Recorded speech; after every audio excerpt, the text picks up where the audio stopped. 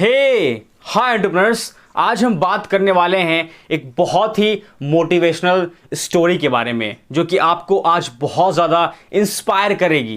क्योंकि आज का जो हमारा टॉपिक है, आज का जो हमारा ये वीडियो है, बहुत ही मोटिवेशनल है। आज हम बात करने वाले हैं एविएशन सेक्टर के बिजनेस मॉडल के बारे में, यानी कि उसका नाम है उस स्टार्टअप का और उस ब्रांड का एयर डेकन। इसका नाम आपने सुना होगा। आज का ये स्टोरी है, आप में से बहुत सारे एंटरप्रेन्योर्स हैं जो कि ये सोचते हैं कि हम गिव अप करते हैं अगर आपके लाइफ में कोई स्टार्टअप अगर सक्सेसफुल नहीं हो पाता है तो ये स्टोरी सुनेंगे तो आप गिव अप नहीं करेंगे। क्योंकि जिसके बारे में आज मैं बात करने जा रहा हूं उन्होंने भी गिव अप नहीं किया था। लेकिन उससे पहले अगर आप मेरे चैनल पे पहली बार आए हैं तो चैनल को सब्सक्राइब करके और बेल आइकन को प्रेस कर लें और मेरे वीडियो को एक लाइक तो प्लीज़ कर दीजिएगा, क्योंकि उससे मुझे बहुत ज़्यादा मोटिवेशनल फील होता है ताकि मैं आपके लिए ऐसे ही स्टोरीज लाऊं और ऐसे ही बिजनेस मॉडल लाते रहूं।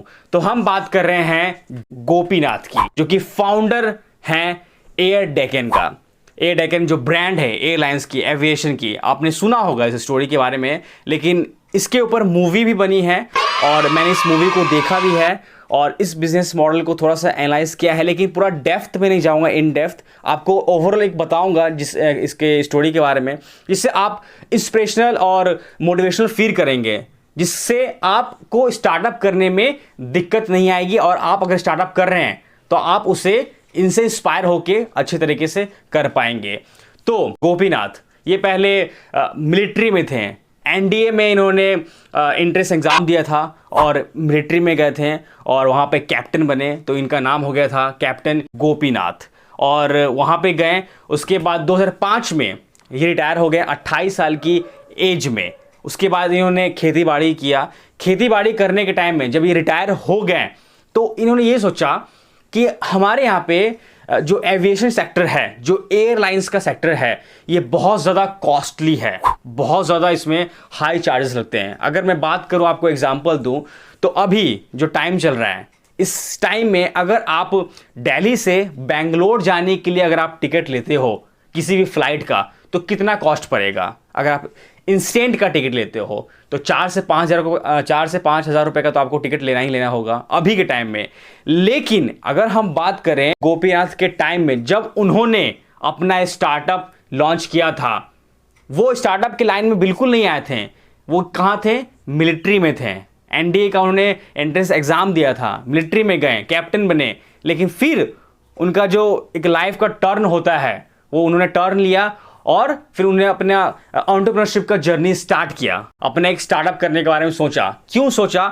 क्योंकि उन्होंने ये देखा कि हमारे यहाँ पे बहुत सारे हाई फाई रेट्स के फ्लाइट्स हैं। और उस टाइम की बात कर रहा हूँ मैं, जब उन्होंने अपना ये फ्लाइट का, एविएशन का अपना स्टार्टअप उन्होंने लॉन्च किया था। 2003 की बात है, जब उस टाइम बहुत सारे फ्लाइट्स थी और उस टाइम का जो रेट था वो 12,000 से 13,000 रुपये का रेट हुआ करता था। अगर आप दिल्ली से बेंगलोर जाते हैं तो उस टाइम कितना हाई कॉस्ट था। और अभी कितना है? अभी है 4 से 5 हज़ार रुपये।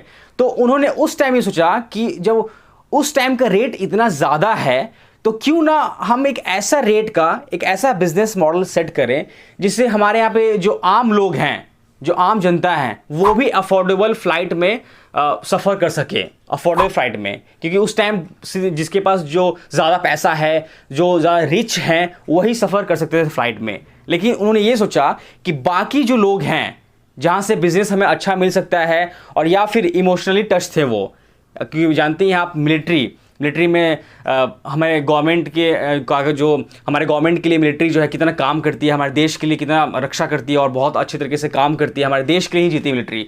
तो उन्होंने अपने आप को कनेक्ट किया हमारे लोगों से, जो आम लोग हैं, जो कि एक ऑटो ड्राइवर है या रिक्शा ड्राइवर है या फिर कोई घर की मेड है। तो उन्होंने उसके बारे में सोचा कि ये लोग को अगर हम एक अफोर्डेबल बजट प्राइस दें एयरलाइंस का, जो कि वो ट्रेन में घूमते थे, और डायरेक्ट हम उन्हें अगर फ्लाइट में चढ़ाएं और वो अपना सफ़र कर सके, तो उन्हें कितना खुशी मिलेगा, जो फ्लाइट को अपना कभी देख ही नहीं सकते थे क्योंकि उनके पास उतना पैसा होता ही नहीं था। तो उसके लिए हमें ये काम क्यों नहीं करना चाहिए। तो उन्होंने एयर डेकन के बारे में सोचा। लेकिन एयर डेकन से पहले उनका दोस्त, उनके एक फ्रेंड थे, उनके साथ में मिलके उन्होंने इस स्टार्टअप के बारे में सोचा था। तो पहले उन्होंने जो लॉन्च किया था वो था डेक्कन एविएशन। डेक्कन एविएशन में क्या हुआ करता था, तो उसके अंदर में हेलीकॉप्टर सर्विस हुआ करती थी। हेलीकॉप्टर सर्विस एक लॉजिस्टिक, जैसे किसी को चार्टेड हेलीकॉप्टर चाहिए तो चार्टेड हेलीकॉप्टर को लेके और उस हेलीकॉप्टर से कहीं भी आना जाना कर सकता है। लेकिन वो जो उनकी कंपनी थी वो उतने अच्छे तरीके से नहीं चली, वो थोड़ा रुक गई, बीच में उन्हें लॉस हुआ। उसके बाद उन्होंने एयर डेक्कन के बारे में सोचा, जो कि बजट फ्लाइट लोगों के बारे में उन्होंने सोचा कि बजट फ्लाइट सबको देंगे, प्रोवाइड करवाएंगे, जिससे जो भी इकोनॉमिक क्लास के लोग हैं वो सफ़र कर सके। तो ये हुआ कैसे, तो बड़ी बड़ी फ्लाइट्स होती हैं, तो आखिरकार ये एक्सपेंस को कैसे कम किया जाए, क्योंकि अभी के टाइम में जो भी फ्लाइट से जानते हैं उसके अंदर बिजनेस क्लास होता है, उसके अंदर फूड होता है, बहुत सारे ऐसे सर्विसेज होती हैं जिसको इंक्लूड करके फ्लाइट का कॉस्ट बहुत ज़्यादा बढ़ जाता है। तो उन्होंने सोचा कि इस सारे कॉस्ट को काट के अगर हम एक छोटा फ्लाइट रखें, छोटा जेट रखें, तो उस छोटे जेट में इन सारे फैसिलिटी को कट करके और हम नॉर्मल एक सिर्फ उड़ान भरने के लिए उसको यूज़ किया जाए और सीट्स ज़्यादा कर दें जिसमें नॉर्मल इकोनॉमिक क्लास के लोग आराम से सफ़र करें। तो क्यों ना इस चीज़ को बढ़ावा दिया जाए इस टाइप से, क्योंकि उस टाइम में जब इन्होंने अपना लॉन्च किया था 2003 में एयर डेक्कन का सर्विस, तो वहाँ पे जेट एयरवेज थी, उसके बाद बहुत सारे किंगफिशर थी, उस बहुत सारे और भी फ्लाइट से जानते हैं आप, वो सबका जो कॉस्ट था बहुत ज़्यादा था। क्यों कॉस्ट ज़्यादा था, क्योंकि वो लोग खाने का भी फ्री में खाना दिया करते थे अपने कस्टमर्स को, जो भी फ़्लाइट के ऑनर्स थे। उसके बाद उस फ्लाइट के अंदर में केबिन क्रूज जो हैं और एयर होस्टेस थी वो थी बहुत ज़्यादा, और बिजनेस क्लास का कंपार्टमेंट था, तो उसके कारण उनके फ़्लाइट्स का रेट ज़्यादा था। तो इन्होंने ये सोचा कि हम उसको कॉम्पिटिट करके अपना लो बजट का फ़्लाइट कैसे प्रेजेंट करें। तो इन्होंने ये सोचा कि हमें इस चीज़ को करने के लिए एक उपाय ये करना होगा कि अपने छोटे फ्लाइट्स में हम कैबिन क्रूज को कट कर देंगे, उतना ज़्यादा कैबिन क्रू और एयर होस्टेस को नहीं रखेंगे जितना और दूसरे अदर फ्लाइट्स में हुआ करती है। तो उन्होंने वहाँ पे कट ऑफ किया। उसके बाद अपने फ़्लाइट में एयर डेक्कन में उन्होंने क्या किया कि बिज़नेस क्लास का जो डिपार्टमेंट है उसे हटा दिया कि बिज़नेस क्लास कोई भी यूज़ नहीं करेगा, सिर्फ इकोनॉमिक वाले ही लोग इसके अंदर आएंगे। तो बिज़नेस क्लास को उन्होंने हटा दिया। उसके बाद खाना जो फ्री में मिलता था, खाना भी फ्री में उन्होंने हटा दिया, कहा कि जिसे भी खरीदना है वो अपने पैसे से खाना परचेस कर सकता है। उसके बाद जो भी स्टाफ थे उस स्टाफ में भी उन्होंने कटौती किया। तो इस सब चीज़ों को काट के उन्होंने अपना फ्लाइट को पूरा लॉन्च किया एयर डेक्कन को, जिसके अंदर लोग आएंगे और ₹1 में टिकट लेंगे। अब सोच रहे होंगे आप ₹1 में टिकट कैसे लेंगे, ₹1 में कैसे होगा ये।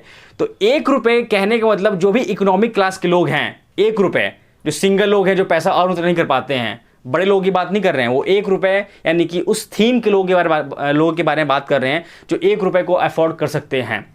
जहाँ जो भी ड्राइवर हैं, जो भी रिक्शा पुलर हैं, जो भी मेड हैं, जो भी नॉर्मल लोग हैं, मध्य कैटेगरी के लोग हैं, उनके लिए ₹1 में। तो ये होगा कैसे, तो ₹1 में वो जो मतलब टैक्सेस वगैरह जोड़ के वो प्राइस कर देंगे ₹221 का एक टिकट का रेट होगा। एक टिकट का रेट ₹221। ये बहुत ज़्यादा भी नहीं है। ₹1 में लोग आएंगे, लेकिन होता है ना ₹1 बताएंगे और थोड़ा टैक्सेस जोड़ेंगे, क्योंकि फिर भी उतना भी तो कम नहीं कर सकते कि ₹1 में दे दें। तो ₹1 उन्होंने रखा, लेकिन टैक्स जोड़ के वो ₹221 का हो गया। तो इस फ्लाइट का रेट उन्होंने 221 रखा। उस टाइम की बात है जब बहुत सारे एविएशन वाले क्या करते थे कि टिकट लेने पे लोग बोलते थे प्रिंट लो, तो प्रिंट करने का भी चार्ज बढ़ता था। टिकट का प्रिंट लेने के लिए अगर कोई जाता है अगर आदमी, तो उसको पैसा लगता है ना। तो अगर मान लो जिसके पास पैसा है तो वो तो प्रिंट ले लेंगे, लेकिन जो इकोनॉमिक क्लास वाले हैं जिसके लिए इन्होंने इस फ्लाइट का मतलब कि एक लॉन्च किया है, स्टार्टअप का लॉन्च किया है एज अ एंटरप्रेन्योर, तो कट ऑफ तो करना ही पड़ेगा, चीज़ों को तो देखनी पड़ेगी। तो उन्होंने उस टाइम इंटरनेट से अपने टिकट्स को बुक करवाया, इंटरनेट से, कि वहाँ पे लोग आएंगे, इंटरनेट से टिकट बुक करेंगे या फिर कॉल पे टिकट बुक करेंगे, और उन्हें प्रिंट का पैसा नहीं लगेगा, कागज़ का टिकट का प्रिंट का पैसा नहीं लगेगा। वो डायरेक्ट टिकट को बुक कर लेंगे नेट पे या फिर कॉल पे, तो वहाँ भी पैसा लोगों का बचा। तो ये ओवरऑल एक बजट फ्लाइट हो गया। अब हम बात करेंगे कि कहाँ कहाँ इन्होंने लॉन्च किया था। तो 500 एयरपोर्ट्स पे इन्होंने अपना एविएशन को लॉन्च किया था, एयर डेक्कन को। और इस चीज़ों को कट ऑफ करके जो फ्लाइट में चीज़ें एड ऑन होकर फ्लाइट का रेट बहुत ज़्यादा बढ़ जाता है, उस सारे चीज़ों को कट ऑफ करने के बाद वो एक दिन का उड़ान भरते थे। आप बिलीव नहीं करेंगे, एक दिन का उड़ान 260 फ्लाइट्स को एक दिन में वो टेक ऑफ करते थे। एक दिन के अंदर में, कितनी बड़ी बात है। क्योंकि वो सारे लोग अट्रैक्ट होके उनके फ्लाइट में आए। उन सारे लोग जो बड़े बड़े बजट वाले फ्लाइट वाले थे, उनको डायरेक्ट उन्होंने टक्कर दिया अपने लो बजट के फ़्लाइट से। लेकिन फिर क्या हुआ बाद में कि इन्हें बहुत ज़्यादा लॉस होने लगा, किसी रीज़न के कारण लॉस होने लगा। तो फिर क्या हुआ, 2007 की बात है कि जब इनका जो ग्राफ है जब से शेयर मार्केट से नीचे आने लगा और दूसरे फ्लाइट्स का जो शेयर मार्केट से जो उनका जो इनकम है वो बढ़ने लगा और दूसरे फ्लाइट्स वाले सक्सेसफुल तरीके से बढ़ते रहे, लेकिन उनका लो होने लगा। तो 2007 की बात है, जितने भी इन्वेस्टर थे इनके कंपनी में, उन्हें इनके ऊपर दबाव डाला कि हमारा भी जो एयर डेकन है नहीं चल पाएगा, आपको इसे सेल करना ही होगा। तो इन्होंने सोचा कि ठीक है, इनके ऊपर दबाव आने लगा। तब जाके 2007 में इन्होंने किंगफिशर को अपना एयरलाइंस दिया नहीं, मर्ज कर लिया। किंगफिशर यानी कि विजय माल्या, जानते हैं आप। तो विजय माल्या का उस टाइम किंगफिशर का फ्लाइट बहुत ज़्यादा चल रहा था। तो विजय माल्या से इनके जितने भी इन्वेस्टर्स हैं उन्होंने ये कहा दबाव डाल के कि इससे बंद होने से अच्छा ये चलता रहेगा, इसे मर्ज कर दिया जाए।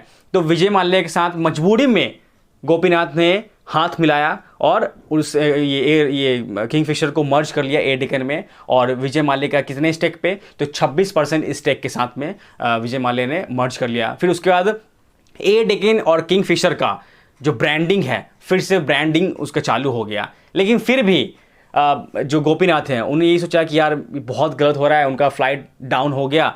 तो फिर क्या हुआ कि हेलीकॉप्टर का जो मैंने बताया था एविएशन वाला, उन्होंने उस पर काम करना स्टार्ट किया। लेकिन कुछ दिन के बाद उसमें थोड़ा प्रॉफिट हुआ, लेकिन फिर भी वो उतना नहीं चला। तो फिर क्या हुआ, 2017 में हमारे गवर्नमेंट ने बोला कि हम हर उस एरिया में अपने फ्लाइट का सर्विस देंगे। मतलब एक जो बिज़नेस करने वाले हैं, स्टार्टअप करने वाले हैं, उस टाइम की बात है, हमारी गवर्नमेंट ने उन्हें ये बोला कि आप अपना एयरलाइंस लेके आओ, हम आपको पूरा हेल्प करेंगे, जो भी लीगल डॉक्यूमेंटेशन है उसमें हम कट ऑफ करेंगे, लेकिन आप हमारे एविएशन सेक्टर को आगे लेके आओ। तो उड़ान नाम से एक हमारी गवर्नमेंट ने एक थीम लॉन्च किया, जिसके तहत जो भी छोटे बड़े जो भी गांव हैं, जो भी एरियाज़ हैं जहां फ्लाइट्स नहीं जाती है, छोटे एरियाज़ में, वहां भी फ्लाइट्स जाएगी। उस पोर्ट पे फ्लाइट जाएगी, उस एयरपोर्ट पे फ्लाइट जाएगी और उस सारे लोग जो फ्लाइट का सफ़र करना चाहते हैं अपने अपने एरिया से फ्लाइट का सफ़र कर सकते हैं जहां फ्लाइट सारी नहीं जाती है। इसलिए गवर्नमेंट ने ये रूल निकाला 2017 में, ताकि एविएशन सेक्टर मतलब बहुत ज़्यादा तरीके से बूस्ट हो, आगे बढ़े और हर जगह फैले, तो उससे लोगों को बेनिफिट हो। लेकिन अभी क्या है कि इस चीज़ के बाद इनकी वाइफ, पता ही है कि वो भी एक बेकरी का बिज़नेस उनका था, उस टाइम की बात है। तो उनके बेकरी का बिज़नेस का नाम था सुराराई पोत्रू, इस नाम से उनका बेकरी का बिज़नेस था। तो इन्होंने कहा कि फ्री में हम नहीं देंगे स्नैक्स या फिर खाना हमारे जो कस्टमर्स जो एयरलाइंस के जो कस्टमर्स आएंगे। तो इनकी वाइफ ने कहा कि मैं हेल्प करूंगी। वो उन्होंने अपना बेकरी का जो भी प्रोडक्ट है उस फ्लाइट में, यानी कि अपने हस्बैंड के फ़्लाइट में उन्होंने दिया कि जो भी यहाँ फ्लाइट उड़ेगी यहाँ से हमारे बेकरी का प्रोडक्ट हमारे कस्टमर जो हमारे फ्लाइट में जा रहे हैं वो आराम से परचेस कर सकते हैं। तो इसके कारण उन्हें भी बहुत प्रॉफिट हुआ। एक तरफ हस्बैंड का बिज़नेस चला, एक तरफ वाइफ का भी बिज़नेस चला। और जहाँ तक हस्बैंड का जो एयरलाइंस का एयर डेकन का फ़्लाइट का जो बिज़नेस है, कभी क्या हो रहा था कि नहीं चल रहा था, बहुत ज़्यादा उन्हें जब लॉसेस का सामना करना पड़ा था, तो उसी बेकरी से वो उस पैसे मतलब बेकरी के पैसे से वो अपने फ़्लाइट्स में, अपने काम में पैसा स्पेंड करते थे, इन्वेस्टमेंट करते थे। यहाँ तक एक बात है, जब उनके पास बहुत ज़्यादा पैसे की कमी हो गई तो लोगों ने उन्हें अपने पैसे डोनेट किए, कहा कि आप हमारे पैसे ले लो, लेकिन अपना जो ये आप जो लोगों के लिए काम कर रहे हो ड्रीम प्रोजेक्ट पे, इसे आप आगे लेके आओ। और इसके ऊपर फिल्म भी बनी है। बेंगलुरु का जो स्टार्टअप है ये बेस्ड है वहाँ का। तो सुराराई पोत्रू के नाम से फिल्म लॉन्च हुई थी। लेकिन आप इसे देख सकते हैं प्राइम वीडियो पर जाके, प्राइम का सब्सक्रिप्शन लेके, जहाँ पे उड़ान नाम से ये जो फिल्म है वो लॉन्च हुई है। और इस फिल्म को देखने के बाद मुझे ये लगा कि इस आदमी ने कभी गिव अप नहीं किया और अपने स्टार्टअप को आगे लेके गए और सक्सेसफुल इन्होंने बनाया। यहाँ तक कि वो आम आदमी पार्टी का भी उन्होंने इलेक्शन लड़ा था। तो ऐसे करके अपनी उन्होंने जर्नी जो एंटरप्रेन्योरशिप की और बिजनेस की उन्होंने आगे बढ़ाया। और ये मूवी आप जाके देखिए, अगर आप एक एंटरप्रेन्योर हैं और आप चाहते हैं कि इंस्पायर हो आप अपने स्टार्टअप को करने के लिए, एंटरप्रेन्योरशिप में आने के लिए, बिजनेस को करने के लिए चाहते हैं कि आपके अंदर वो मोटिवेशन की आग आए, तो इस फिल्म को जाके देखिए। मैंने देखा है, मैंने फील किया उस चीज़ को, आप भी फील करेंगे और आपके अंदर वो बूस्टअप आएगा जिससे आप कभी गिव अप करने के बारे में नहीं सोचेंगे, जैसे इन्होंने गिव अप नहीं किया। तो बस यही था आज का वीडियो। आई होप आपको पसंद आया होगा आज का वीडियो। अगर पसंद आए तो प्लीज़ इस वीडियो को एक लाइक कर दीजिए और चैनल को सब्सक्राइब कर दीजिए और शेयर करिए उन सारे एंटरप्रेन्योर्स में जो कि गिव अप करने के बारे में अभी भी सोच रहे हैं, तो वो सीखेंगे कैप्टन गोपीनाथ से। तो बस मिलते हैं आपसे किसी नेक्स्ट वीडियो में। So entrepreneurs, this is Adarsh and you are watching business skills Adarsh Singh, signing of.